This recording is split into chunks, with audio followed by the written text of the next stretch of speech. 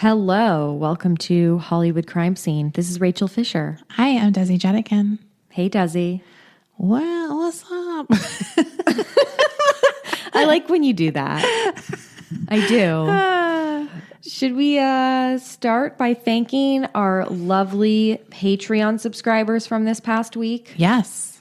We have a Patreon. You can help support the show and get access to all of our bonus episodes as well as ad-free episodes. If you're like, shut up, I don't want to hear these ads. Yeah. There is a solution. Absolutely. Go to patreon.com/Hollywood Crime Scene, and there you have access to hundreds of hours of content. I'm not joking. And I'd like to say for people like me who might be like, ugh, it's going to be really hard. It's actually couldn't be easier to get the Patreon feed into your Apple Podcast app if you want it that way. Or whatever app. Whatever app. Like, it's so easy because I have a few subscriptions myself. Same. And it was good to see how it worked because I was like, oh, this is really easy. Even the dumbest bitch like me can do it. So if you're afraid that it's complicated, it's not. It's pretty easy. This week we had Shauna, Hannah, Shonda, Raven, Jesse, Sarah, Angie, Carrie, Julie, Jackie, and Emily. Thank you all very much. Thank you. So this week we are going to begin a 2-part series on the biggest scandals and crimes related to TV dramas. Some of our favorite TV dramas had some little issues. This is sort of a cousin of our sitcom scandals. Yeah. So next week will be part 2, and we'll have some special guests. Should we keep it secret or? We have a really exciting crossover happening next week. Yeah. So look forward to that. And I have a few stories to get to, so let's get started. The first one we're going to talk about is from Grey's Anatomy. Now, my source for this was an article from Entertainment Weekly by Paul Katz. So in 2005, ABC launched a mid-season replacement that became a surprising smash success and would go on to become one of the longest-running scripted primetime shows in television history. Is this show still on the air? Yes. It is now in its 18th season, Grey's Anatomy. That's wild. Yeah. So this is a standard medical procedural with a heavy dose of soap opera as we see not only unusual cases each episode, but the personal lives of the doctors and nurses on the show. Although primarily the show revolves around Meredith Grey and her relationship with McDreamy, another one of the show's early power couples was between rock star heart surgeons Christina Yang, played by Sandra Oh, and Preston Burke, played by Isaiah Washington. But during the filming of the 3rd season, Isaiah fumbled the bag in a huge way. He could have been on the show for 18 seasons. He'd be set for life. I remember when this was such a huge story when this broke. Yeah. That even people like me who did not watch Grey's Anatomy knew this whole story. Right. So what happened? At some point, it was revealed that he was involved in an on-set fight with Patrick Dempsey, who plays McDreamy. And during this fight, he admitted to later even that he dropped a homophobic slur allegedly aimed at T.R. Knight, who plays George on the show or played George on the show. And at the time was not publicly out as a gay man. This blow-up actually leads to T.R. Knight announcing that he is gay on October 19th, shortly after this incident went down. Now, Isaiah Washington issues an apology at the time, but later disputed the story, explaining on Larry King Live that he never used the, quote, F word in reference to Knight, but rather told Patrick Dempsey to stop treating him like an F word during an argument, which was started by Dempsey, according to Washington.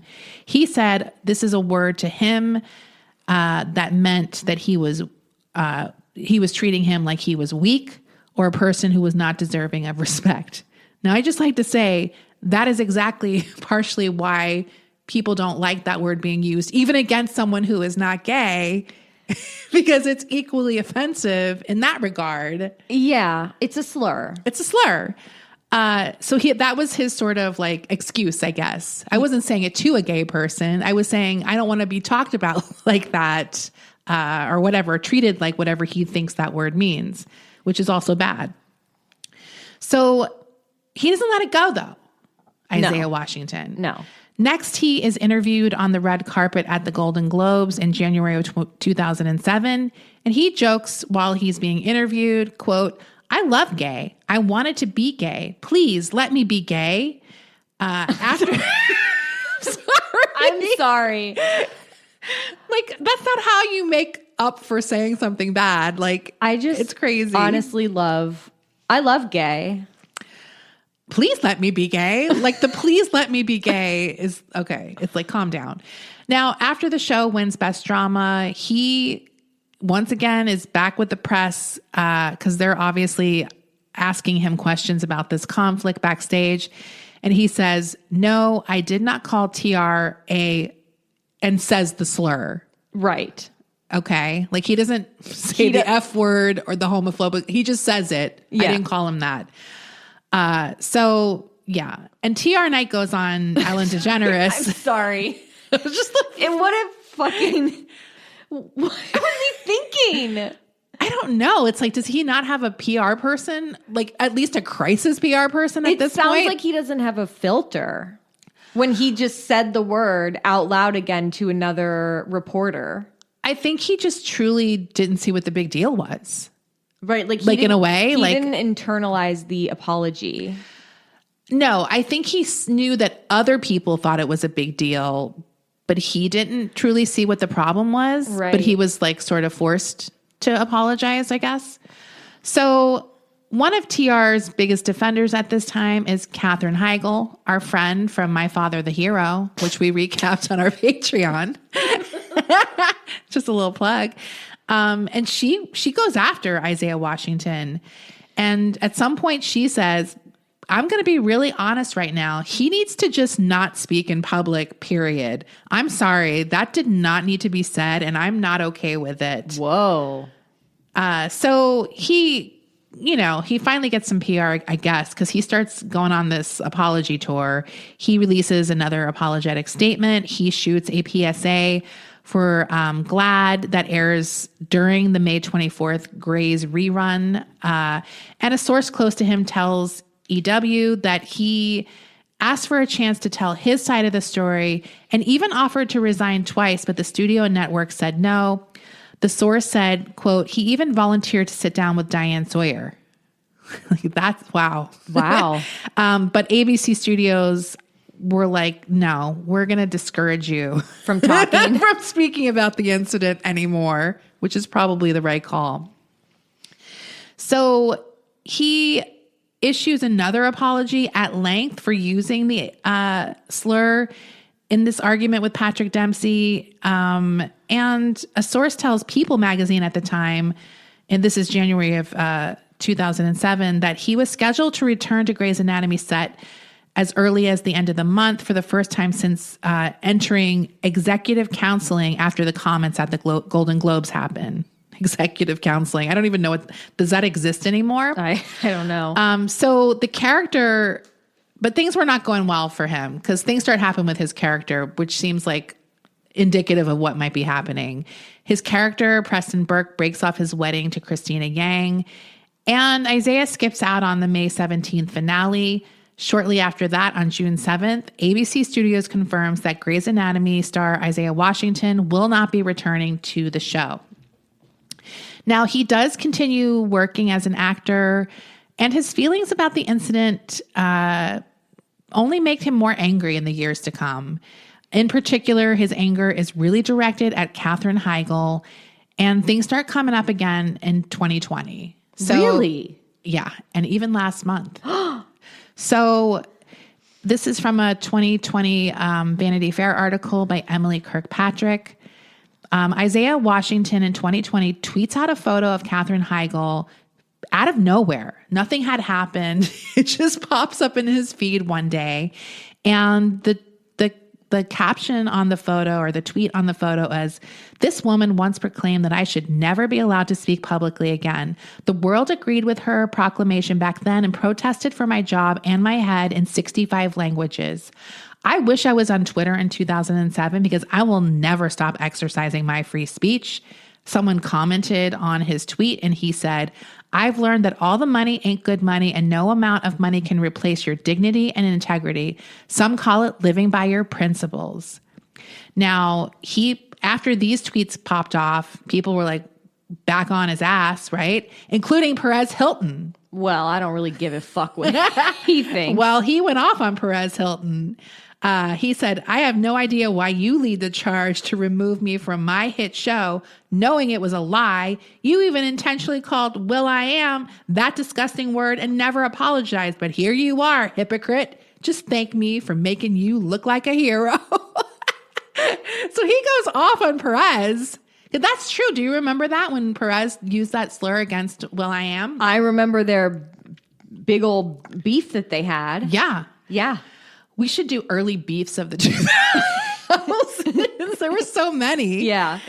So he also retweets people's story about his tweets when this happened. And he said, "I'm calling people out as well for ignoring the testimony of my whistleblower that debunked the story 3 years ago. I couldn't defend myself on Twitter back then, but I can now. Free speech is mine. Call Mark Pedowitz for the truth, but you won't. Hypocrisy." Pedowitz was like the president of ABC at the time. I couldn't find what he had said, if he said anything defending Isaiah, but I have no idea. So while Katherine Heigl didn't really officially say anything about these 2020 tweets, someone close to her told Page Six, Katherine stood up for her close friend twice after he called TR Knight a homophobic slur.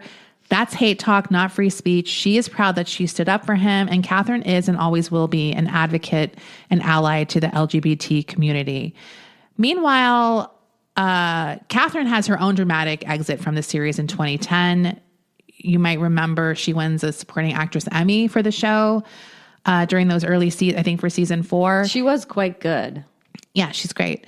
And then after that, she controversially withdraws her name from Emmy contenders list.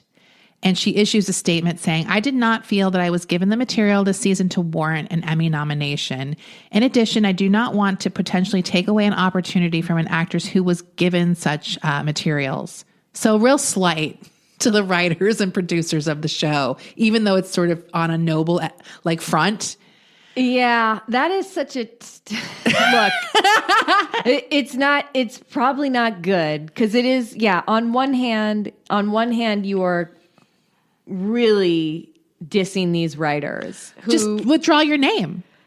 Yeah, don't make the statement. On the other hand, yeah, that's nice that you gave other people or thought you were giving other people, but it's also kind of like, so you thought you were going to get nominated. Oh, she wasn't even nominated? No, she was just not taking it out of consideration. So it's like, you weren't even nominated, girl. Damn, that's shady. So the drama continued between Heigl and Shonda Rhimes, who is the show creator. In 2014, while discussing her new show Scandals, Rhimes said, "There are no Heigls in this situation. I don't put up with bullshit or nasty people. I don't have time for it." No Heigls. I mean, and this was after 2014. That was a few years after Heigl had been branded. Oh, yeah. Because that was 2010. Because she'd been branded difficult to work with. Yes. And Heigl responded to that. "I'm sorry she's left with a crappy impression of me. I wish I could do something to change that. Maybe I will be able to someday." Now, there's a recent update to this story that came out on February 28th of this year. Wow. Isaiah Washington went back on Twitter and he tweeted out, quote, "It is with a heavy heart and a sense of relief that I am announcing my early retirement from the entertainment industry today. Those who have been witnessing my journey here on Twitter since 2011 all know that I have fought the good fight, but it seems like the haters, provocateurs, and the useful idiots have won." So he has continued working as an actor. He has been on shows like The 100, P-Valley, and he even returned for an episode of Grey's in season 10. Most recently, he played Bass Reeves, who was historically noted as the first Black deputy U.S. Marshal. And that was in the film Corsicana. And he said, that's going to be my last movie. He continued his tweet thread saying, I'm no longer interested in the back and forth regarding a color construct that keeps us human beings divided, nor am I interested in politics or anything vitriolic. I will be traveling this great country before it falls into socialism and communism. Oh boy. Until that, know that this Frederick Douglass conservative will keep his powder dry and loves you all. I'm truly grateful for your support over the years. And Corsicana movie may be the last time you see me as an actor here in America. Just know that I will be posting a few pictures of my retirement shenanigans here and there, but until then, be safe. Your loved ones love you and need you. Salute. Look, Isaiah, I'm sure you don't have, this is America. You don't have to worry about us turning to socialism anytime soon. No matter how hard we try. Yes. However, after he gets a lot of response to this retirement tweet, and what does he do? He starts a GoFundMe page, and this is to create a movie, the Bass Reeves Movie Project 2023. He's like, wow, after seeing all this positive response to my retirement announcement, it became clear that I am just operating outside of the traditional Hollywood system. So why stop now with over 5 million views and counting on my February 28th Twitter post? It seems that I just received $1 from all 5 million people. Then I'll have enough to make my movie. That's not how it works. But as of press time, the project has raised $9,000 of its 1 million goal with 249 donations. So he's getting there. Not that much. Good luck, Isaiah. So yeah, I mean, maybe people will get to see his movie after all. Yeah. So that is the Isaiah Washington. I couldn't believe there was a recent update. I was Unbelievable. Like, really? He's not mad though. Just kidding. He's not. Anyway, next up, in 1999, a rising starlet did something so controversial that it has become a cautionary tale for young actresses who followed. Anytime a TV character has made or contemplated making a major hair change, it's referred to as pulling a Felicity. Yes, we're talking about the infamous incident with Kerry Russell and her hit show Felicity, in which she cut her locks off and people went fucking mad. Kerry Russell was known for her Botticelli curls. She's gorgeous and her hair is gorgeous. And you know what? She's gorgeous with the short hair too. I agree. I never got this controversy. It's wild. But people were mad. Oh, yeah. So this is from E! News. The writer said, the Rachel hairstyle from Friends, consider this the opposite of that. So we know the Rachel was a hot haircut. Everyone fucking wanted it. I had it. You did? Of course. I need to see that. I did not have it. In an article from E! News, they interviewed all the people kind of involved in this, including Kerry Russell. So we're going to get the real story about what went down. If you don't remember, Felicity was a show about a young girl who changes her whole life on a whim by following her crush to NYU, like an NYU-like college, because she thinks he made this encouraging gesture to her at graduation. It turns out that she was mistaken and she's basically stuck in New York and has to make things work. We watch her trials and tribulations as she navigates adulthood and the men in her life, including Ben, who is played by Scott Speedman, and Noel, who's played by Scott Foley. The two Scotts. Did you watch Felicity? I didn't, but I read a lot of teen magazines, so I knew what was going on. You got it. You got it down. Yeah. I didn't watch it when it was out, but I did watch it later, like in the past 5 or 6 years. Oh, interesting. I binged it. It's good. So Felicity, as we mentioned up top, is played by Kerry Russell, and she really became a star for her vulnerable performance and her iconic curls. Yeah. She had a look. But while the realism of the show was often praised when the show launched, in season 2, they went with a storyline that was too damn real. A woman drastically changing her hair after a breakup with less than good results. Now, this is something we've all done. Yeah. It could be as simple as cutting bangs. That's a popular one. We've all done that. You want to change. You're starting fresh. You're turning over a new leaf. Okay, Desi, I have to ask. What was your worst breakup hairdo? Or your I need a new change hairdo? I got a perm. I got a perm. That's my only one. Because I have very fine straight hair. There's not many options for me. Yeah. I've dyed my hair a lot of colors, but none of them were particularly bad. Yeah. But the perm was bad. That was my worst thing. Yeah. And it wasn't even that bad because it wasn't like I looked like the Brady Bunch. It was just kind of like, this isn't what I wanted. Right. I wanted naturally curly hair. Right. Not perm curly. What's yours? My most drastic, I'm making a change after a breakup. I've never really done that, but I did. There was like a year period where I had bangs in the recent past. Well, I guess 10 years ago. And it did, you know what? It just, I look at those pictures of my hair then and it just, no.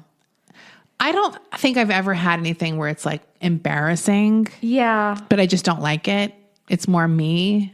Do you know what I mean? I think I made more bad hair choices in my past, but they weren't necessarily related to I'm going through it right now. Yeah, I also didn't do that, but it's very common. A lot of people do it. Super common. So, according to Carrie Russell, she sent me the statement at a TV festival in 2018. It's such a typical college girl story. The guy breaks up with her and then she goes and cuts her hair and it's really bad. And it was really bad for Carrie Russell because everyone lost their fucking shit over this haircut. And we finally learned from Carrie how it all went down. She said it wasn't initially in the showrunner's plans until Carrie decided to play a practical joke on them. She said that the way it all totally went down was they were wrapping up the first season and the hair people were putting away everything they had into boxes. There was a little boy's wig. We put it on me like at 2 a.m. as a joke. We took a Polaroid and over the summer we thought it would be really funny to send to J.J. Abrams and Matt Reeves, the producers of the show, and say, I cut my hair. I hope you like it. So this was a joke. Yeah. Her joke soon became the inspiration, though, for J.J. Abrams because he called Carrie Russell after getting the photo and said, would you consider cutting your hair? She said, I was with my girlfriends at some lake and I got the phone call from JJ and he said, hey, we got your picture. No laughing, no nothing. Would you really cut your hair? And I was like, I guess. As for how it actually went down, she said she did begin the process on camera. This is used in the TV show as the ending of an episode where viewers are forced to wait for the next episode to get the reveal of what her look was. Wow. So this is like a cliffhanger. We see her locks falling and then it ends and then we don't get the reveal until a week later. And everyone was dead on the floor when they saw it. She said we shot that scene at like 4 a.m. on a Friday. And the hair girl actually, it's in slow motion, like her cutting my hair, snipping it. Then a few hours later, I went to a hair salon and someone kind of cut the rest off and styled it. Sorry, I have to wipe my glasses. So while viewers obviously hated this haircut, one person in her life at the time, he really had no poker face when it came to seeing her for the first time with the haircut. And that was Scott Speedman, who she was dating at the time. In real life? Yes. So she said, we were actually dating at the time and I'd been Scott Speedman says this. We were actually dating at the time and I'd been such a disaster of a boyfriend up until then. And I knew I had to put on a good show when I was going to see her new haircut. And I was like, come on, man, you got to bring it home. You got to do it. I got to work. She turned around the corner and my face sort of froze in half panic, half smile situation. It was like a chia head sort of vibe to it. So he did clarify later. It did turn into something great. We all recovered from it. Well, he wasn't initially into the cut, as well as the fans, too. Russell said she loved it, even though she knew it wasn't exactly her best look ever. She said, I thought that was such a good storyline. And I think the thing that was so surprising to me about the reaction is that Felicity was never a fashion plate anyway. She was wearing baggy clothes and kind of like loungewear stuff. And I didn't think everyone cared so much about the way I looked. So it wasn't the best, but it was so good for the character. To me, it didn't matter. So the shock, she was really stunned by this backlash because it was over the fucking top. People were mean to her. They got death threats. Like people were threatening the people who cut her hair. I mean, it's out of control. She actually did a late night with Seth Meyers in 2016 that had celebrities on offering advice to their younger selves. And her advice was, your life is going to be so exciting, but whatever you do, don't cut your hair short during the second season of Felicity. No, I'm serious. People will freak the hell out. You'll get hate mail. You'll even get death threats. But gradually your hair will grow back and your fans will forgive you. But you will never, and I repeat, never forgive your fans. I think that's so mean because, like you said, that is such a real thing that so many people do. It's just very weird. It's just very weird to have that kind of reaction, and I do appreciate that kind of realism to do something so drastic, especially. And it is shocking. It's shocking as a viewer, but I think in a good way because it's so true to life that yes, these Botticelli curls are so beautiful and so iconic to her look. They grow back. But they grow back. But I appreciate that the show went there. I do too. She said strangers would come up to her on the street and say things like, you were so pretty before you cut your hair. Let me just say, even if you do not like this haircut, she is beautiful and like she looks great. Like her face is just as pretty with the short hair. Like, yeah, it's crazy. She's gorgeous. So yeah, they weren't just taking it out on Kerry Russell. They were writing to the executives at the WB as well. And they actually had to make a statement to the press saying that they took full responsibility for cutting her hair. People started revolting against the look and the show. The producers were obviously like us. She's so gorgeous. Who cares how long her hair was? And they really didn't see what the big deal was. But they were getting tons of emails and letters and feedbacks from not only fans, but friends in the industry who were fans of the show. They were disappointed and angry at the producers for having Kerry cut off their hair. They were asking who made the decision. Like these are people in the industry. And one person said, like when she cut her hair, they said, I don't want to be that person, but it ruins the illusion for me. How? I don't know. So this also is blamed for a mass exodus of viewers who people claim stopped watching the show because her hair was gone. Wow. Now, Felicity was really popular its first season. It had like a slight sophomore slump the second season. And people theorized that it was because of this haircut that alienated the fan base. And this theory was adopted by the network. Like it wasn't just something people were like, no, the network is like, yeah, that's what happened. WB Entertainment president named Suzanne Daniels said that Kerry as Felicity was becoming an icon in television culture. And part of that icon was her hair. Part of the strong image of Felicity was the shot of Felicity's profile by the window in her dorm room, talking into a tape recorder. And when they cut the hair off, and I couldn't foresee this then, you diluted that image, you diluted that icon. So they really think that this is the reason that this happened. But there are other things. The network changed the show's time slot, moving it from Tuesdays to Sundays.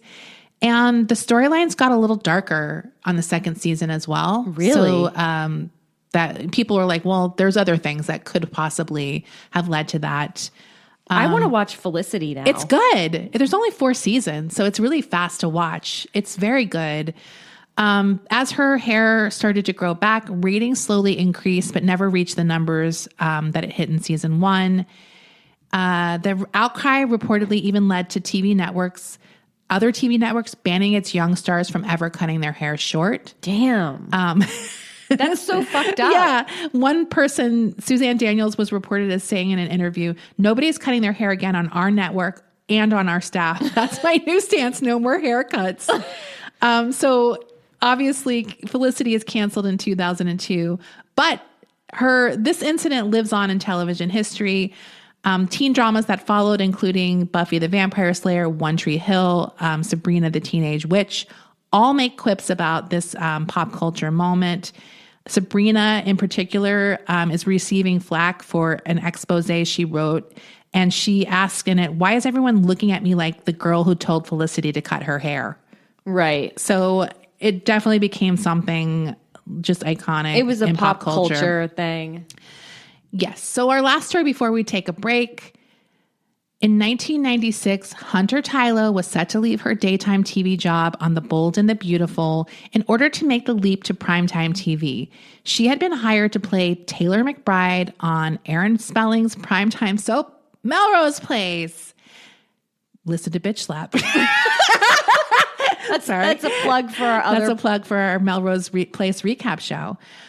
So this gig was supposed to be for at least 8 episodes with possible extensions, and Hunter was thrilled for the opportunity to play Taylor McBride, who was described as being a sexy vixen who was going to scheme and seduce her former lover, Peter Burns, away from his wife, Amanda. We love this storyline. I love it. So then there was a hitch. Hunter Tylo got pregnant, and she claims that's when she alerted Melrose Place producers of her pregnancy. And when she did this, her contract was terminated. The executives in charge cited a material change clause, which meant that she wasn't allowed to change the way she looked once she was hired. So lawyers for Aaron Spelling's corporate entity, whatever, argued that her condition, pregnancy, would have made her too fat to play the role of Taylor McBride, a vixen who was going to seduce. And they were literally like, you can't seduce anyone if you look like you're pregnant. That was like, they literally said this. They pointed to a clause in the contract about her appearance having to stay the same. They also argued that pregnancy discrimination law carves out an exception for actresses because of the need for dramatic believability. What? They were saying a pregnant woman, it wasn't believable that she'd be able to seduce anyone. I disagree. I disagree too. I think pregnant women fuck. Pregnant women fuck, and in fact, it's a fetish. Yeah. So a big one. So also, we all know what actresses look like when they're pregnant. Yeah, come on. You can barely tell sometimes. I'm just saying, not that it matters, but they then recast the role with another daytime star, Lisa Rinna. Ironically, Rinna is pregnant when she is cast and allowed to keep the role. What? Isn't that crazy? Now, at this point, Tylo does something completely unexpected. She sues Spelling Production for pregnancy discrimination, wrongful termination, and breach of contract. Her lawyers argued that her pregnancy could have been hidden using different camera angles, wardrobe items, holding a pillow. You know how they always hide the pregnancy of actresses? Yes. As television series have been doing for years to disguise an actress's pregnancy. They said they did the same thing for Heather Locklear when she was pregnant on the show. So she was pregnant on the show? Yes. You wouldn't have known. I guess with Ava, right? Her daughter with Richie Sambora. Yeah.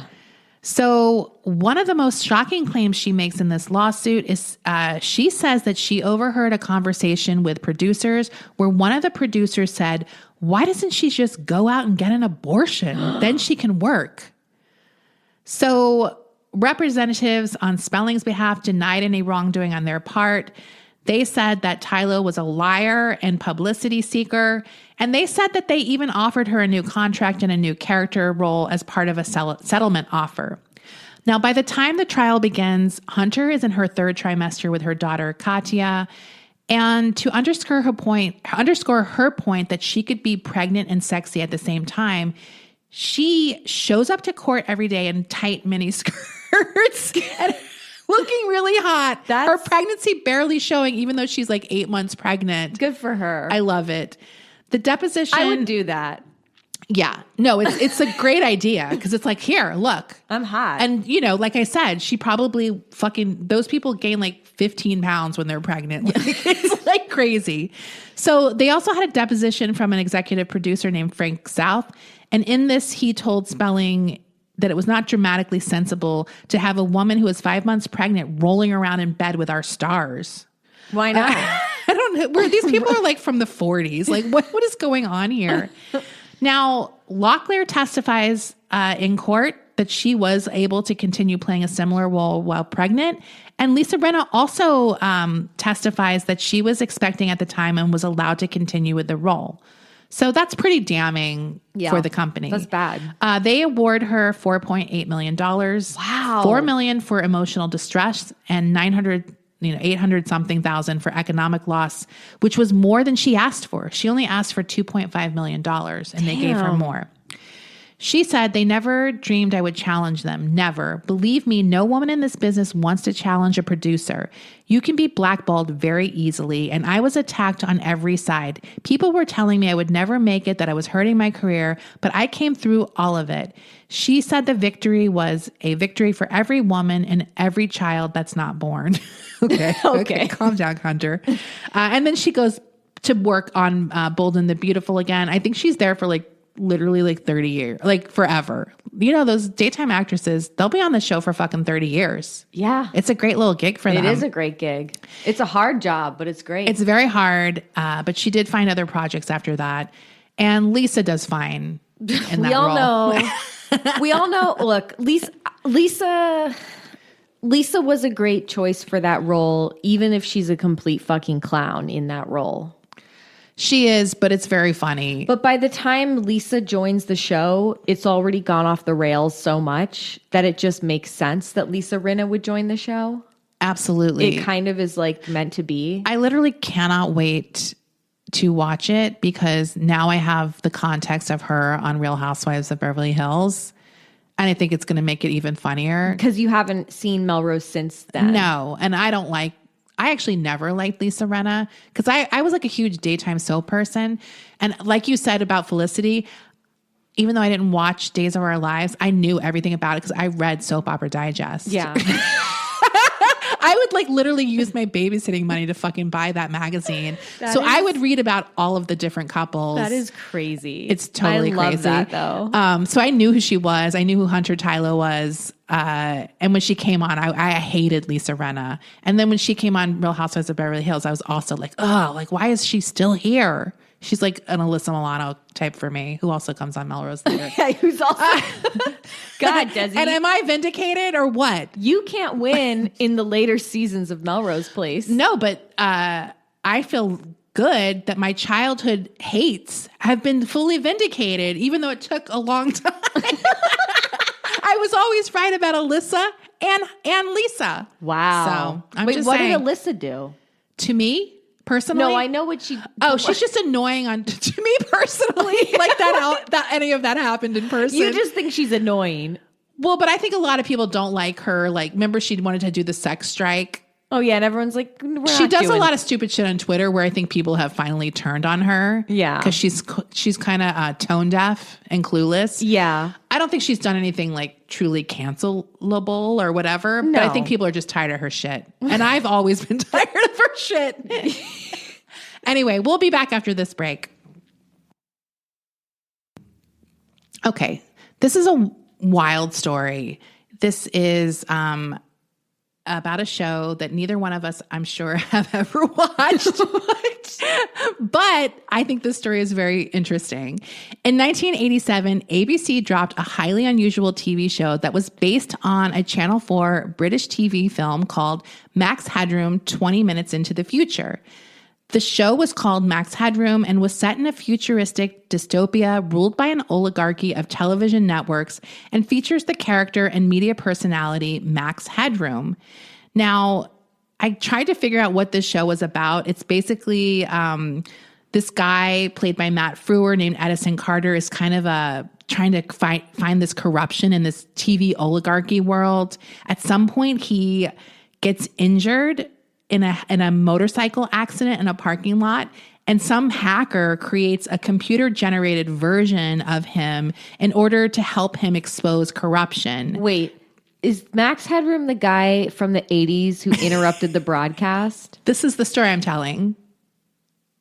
Oh. Max Headroom is a show. That guy that character is what you see, right? Yeah. The computer animated, whatever. Yes. Okay. So we're going to get into that, but after I tell you what the show is about. Okay. So, where was? Oh, so his last sight before he has this motorcycle crash was a sign that said max period headroom. You know, those signs where it's like a maximum headroom. And that's how Max Headroom got his name. This computer generated version of him. Now that you're talking about a British TV show. No, I'm talking about an American TV show based on a British TV movie. Max Headroom is an American TV show. Okay. But it was based on a BBC thing or a Channel 4 thing. Okay. So, yeah. So this guy is the crack reporter. Max is kind of the wisecracking observer of human contradictions. This weird show became sort of a cultural phenomenon despite really dropping in ratings fast after this initial burst of success. I don't know where that came from. Max Headroom has been called the first cyberpunk television series, and life really imitated art in a way when it also became synonymous with an infamous hacking incident. This story is from Katie Serena, All That Is Interesting blog. On November 22nd, 1987, a Chicago sportscaster named Dan Rowan was covering the highlights of a Chicago Bears victory over the Detroit Lions. It was his usual spot during Channel 9's 9 o'clock news segment, and he had been doing this for years. At 9:14, he disappeared from the screen. In fact, everything disappeared from the screen, and it flickered into darkness. Then 15 seconds later, a figure appeared. Dressed in a rubber mask and wearing sunglasses, this guy looked like artificial intelligence character Max Headroom. Even the background was sort of simulating what the Max Headroom background was. It was a gray background with these lines on it. There was hardly any sound, but the image was still frightening. It bobbed its head around in front of a spinning background, and a buzzing noise played. After 30 seconds, signal engineers at the TV station were finally able to shut this signal off. They brought Dan Rowan back to the TV set, and he said, well, if you're wondering what's happening, ha ha ha, so am I. After this brief interruption, he continues his sports recap. Studio engineers assumed that this hijack had been an inside job, and they began searching the building looking for this masked intruder. But the search was unsuccessful, and the broadcast turned out to be a pre-recording that was filmed at a separate location and somehow blasted into the airwaves. 2 hours after the first episode, the impersonator was back, this time on Channel 11. At 11:15 p.m. on a PBS affiliate station that was airing Doctor Who episode titled The Horror of Fang Rock. Suddenly, as before, the video cuts out. Scan lines like those at the beginning of a VHS recording appear, followed by the familiar masked figure. The figure once again bobs in front of the rotating background, the same mask covering his face. However, this recording has audio. He says, "That does it. He's a frickin' nerd." The figure then laughs. He mentions one of the WGN pundits, and he's like, "I'm better than him." Then he holds up a can of Pepsi while reciting the Coca-Cola slogan, "Catch the wave," which was something that Max Headroom was a spokesperson for at the time. After that, Max Headroom gets even creepier. The figure flips off the camera, and his middle finger is covered by a rubber extension. He sings "Your Love is Fading," lyrics to a song by The Temptations. He hums tunelessly. He mutters phrases from television shows, and then he screams nonsense, and then he begins to moan. After a moment, he pauses to claim he had made a giant masterpiece for all the greatest world newspaper nerds. He holds up a glove, and he's like, it looks like the Michael Jackson glove. It's a glitter glove. Yeah. And he's like, "My brother is wearing the other one." Then he pulls it on and says, "But it's dirty. It's like you have bloodstains on it." The camera then cuts to a shot of a man's torso and butt. It's partially exposed butt. The Max Headroom mask has been removed, and now it's just being held up to the camera. The rubber extension that was on the finger is stuffed inside the mouth of the mask. He screams, "They're coming to get me." And then we hear a female voice says, "Bend over, bitch." And the man gets spanked by a fly swatter and starts screaming. Is this only a local broadcast? Yes. But the reason there's video of this is because so many nerds recorded that episode of Doctor Who that people had it on VHS because they were like, people recorded things like that back in the day. Yeah. You didn't have like TiVo or whatever. Right. Or could just watch anything you want ever. So the video finally cuts out with the image of this man having his ass beat with a fly swatter by the woman, and he's like screaming. They finally get it off the air. That was 1 minute and 22 seconds that was on the air before they got this off. Don't you think there was a guy at the network who was watching this as everyone's scrambling to try and fix him? He's like, well, let's just hear him out. Let's hear him out. I'm almost done. Oh, I'm so close. So obviously everyone's freaking out. As I mentioned, the only people who have copies of the hack are these Doctor Who fans who taped it. But they give these tapes to some of the other networks who air segments of the tape, right? Not all of it. And they call the mastermind behind it a TV video pirate. Now, most people in the Chicago area where this took place are deeply amused by it all. They all find it incredibly funny.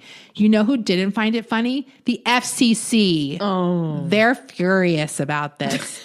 They start dedicating all of their efforts to finding this naked figure. They even offer a reward to anyone with information. And they like issue a scolding statement saying they would like to inform anybody involved in this kind of thing. There is a maximum penalty of $100,000, 1 year in jail, or both. So, but eventually they work out how the hacker did it. He had placed his or her own dish antenna between the transmitter tower somehow, and he was able to interrupt the original signal. So they wouldn't have even needed expensive equipment to do this. It was just timing and positioning it correctly. They were able to pinpoint the location of where the video may have been shot based on some of the backgrounds that they saw. They thought it was like some warehouse in a district that was nearby that had these warehouse doors. So they found all the pieces of the puzzle, but they couldn't find who was behind the mask. Who is this man behind the mask? Rumors about the identity of the person responsible started floating around. They were all dismissed. But over the years, one name that appeared more and more was a provocateur named Eric Fournier. He was the creator of Shay St. John, a fictional model who was disfigured in a car accident and recreated her body from mannequin parts. I guess this is like an early viral video artist type person. I've never heard of this. But a lot of people were like, yeah, there's some similarities here. He does these campy videos. But we don't think that this is him. He would have definitely admitted to it at some point, probably. Right. This guy died in 2010, so people can't even interview him about it anymore, but no one really thinks it was him. And this was not the first hack, obviously, and it wasn't the last either. Another notable hack that I thought was really funny was a guy named Captain Midnight. And he was the first hacker to interrupt a broadcast signal with his own personal message. He was mad that HBO had raised the prices. So on April 27th, 1986, he interrupted that night's showing of The Falcon and the Snowman to air his own grievances. I think that's great. I don't know why it's so funny that was The Falcon and the Snowman, because that is so 1986. Yeah. Remember when HBO just had all these weird movies? Yes. I mean, that was just, it's funny to think back to that. So he had control of the HBO signal for nearly 5 minutes. Wow. Yeah. I just think people weren't expecting it. Anyway, this article goes into all of this FCC shit, but who cares? I mean, this is all so stupid. And I find FCC is so boring. They're so boring. And it's like, get a job. Get a real job. Get a real job. I get like serious shit, but this stuff actually makes our lives funnier. Right. So what do you care? Yeah. No one was harmed by this. No. So our last story. This involves a show close to the hearts of many of our listeners, and that show is Criminal Minds. In particular, actor Thomas Gibson, who plays Aaron Hotchner. Yes. Aaron Hotchner. They call him Hotch. They call him Hotch. He is an OG Criminal Minds character, and the source for this article is Cynthia Littleton's, breakdown of the story in Variety. Now, Thomas Gibson starred on a Criminal Minds for 11 years as the Behavioral Analysis Unit's BAU team leader. This is why fans of the show were shocked in 2016 when they got the news that the actor was suspended from the show. This was like out of nowhere. Making things even weirder, his former co-star Shamar Moore, who had left the show a few months earlier, spoke about this suspension or weird event on his Instagram. He posted a video of him talking, and it's deleted now.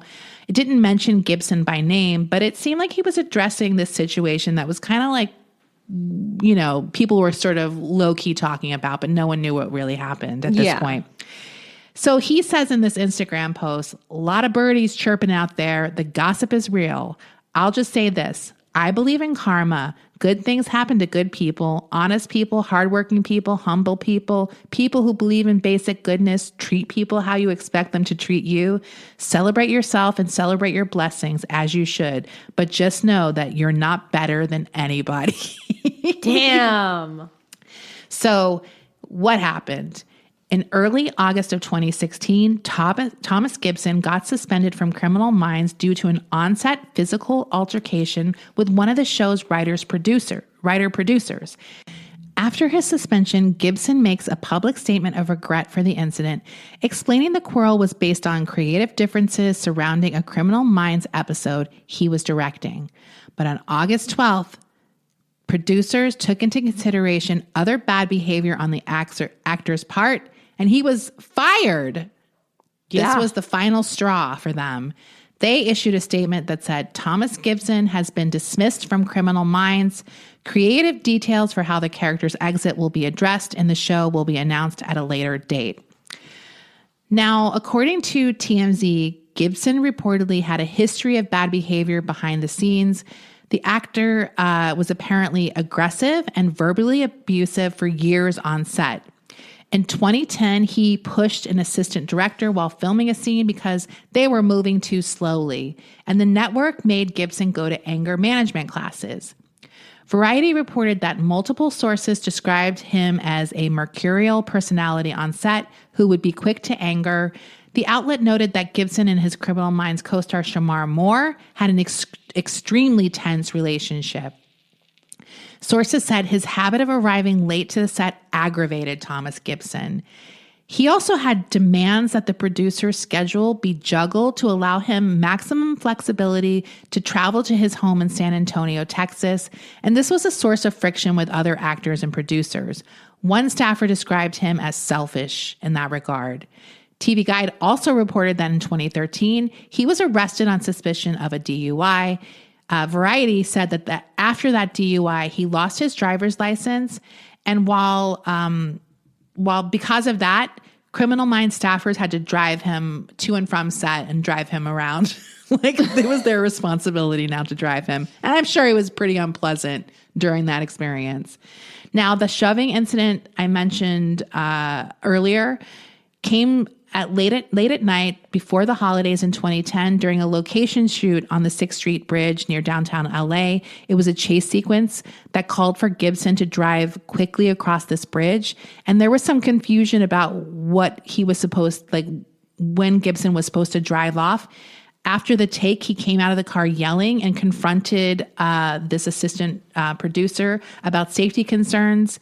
And by multiple counts, the guy yelled back at him. And after that, Gibson shoved him with both of his hands. Wow. This actually rattled a lot of the staffers because this was sort of the start of this escalation of on-set tension between Gibson and almost everyone who worked there. Like, really? Yes. There was a surprise for many people that he wasn't facing harsher discipline from the studio for doing something like that on set. And this also came in the midst of his negotiations on a new contract with the show.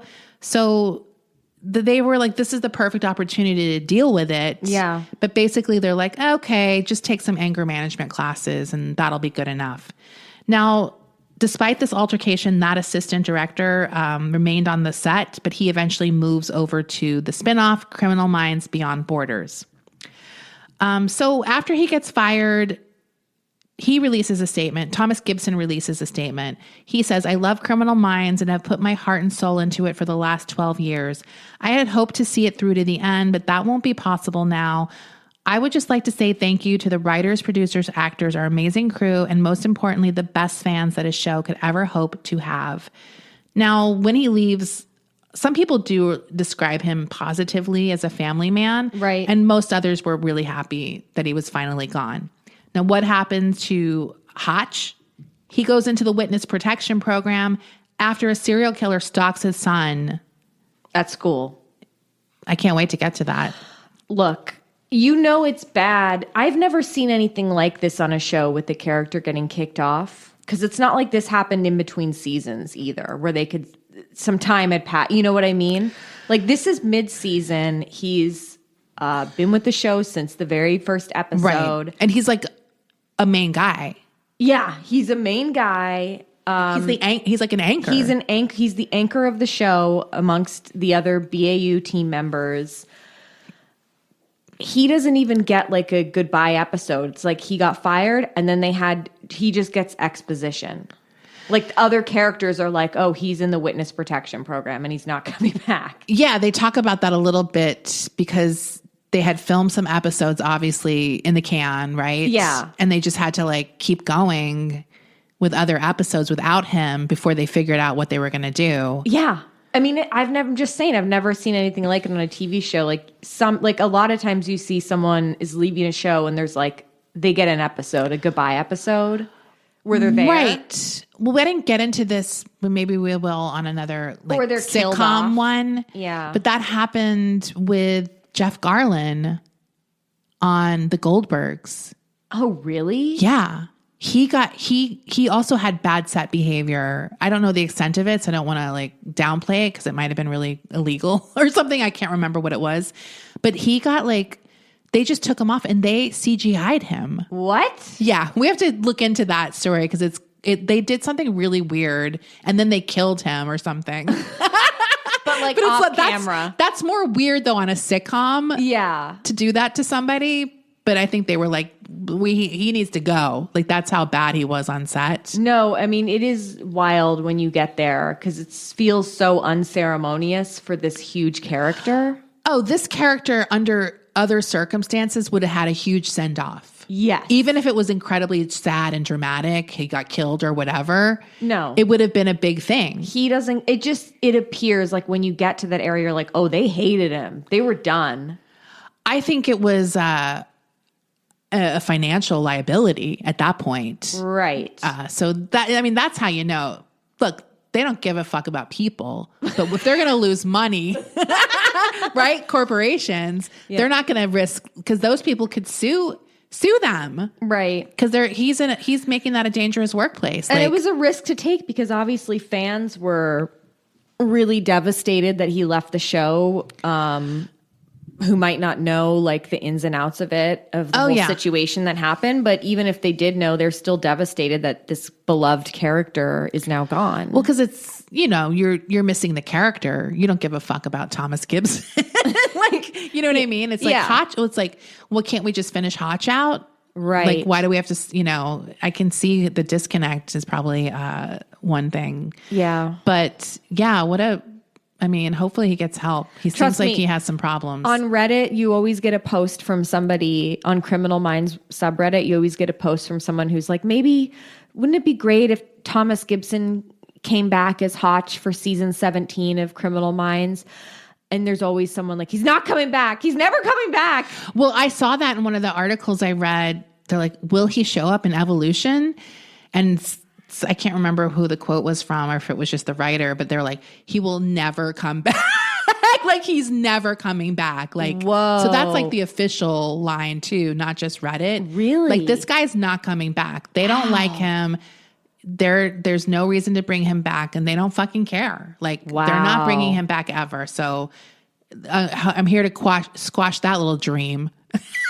If you were hoping to have a Hotch reunion. We still have a tiny mustard grain of hope, tiniest mustard grain, that Matthew Gray Gubler could come back for future seasons of Criminal Minds. Well, he didn't do anything bad. No, he didn't do anything. It's his choice. It's his choice that he left the show after. I mean, look, he spent 15 years of his life on that show.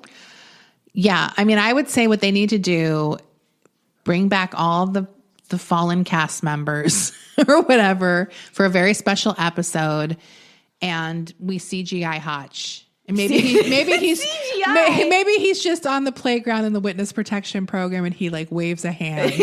they do something, or he salutes. Yeah, salute.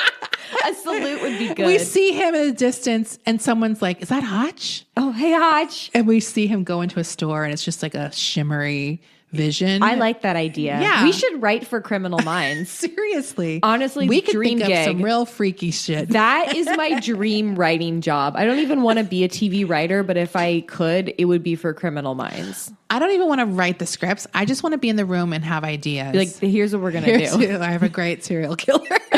Never been done before. I've been thinking about this since I'm 4. I love that idea. Yeah. They're filming season 17 of Criminal Minds now. So oh, damn. Let's get it going, baby.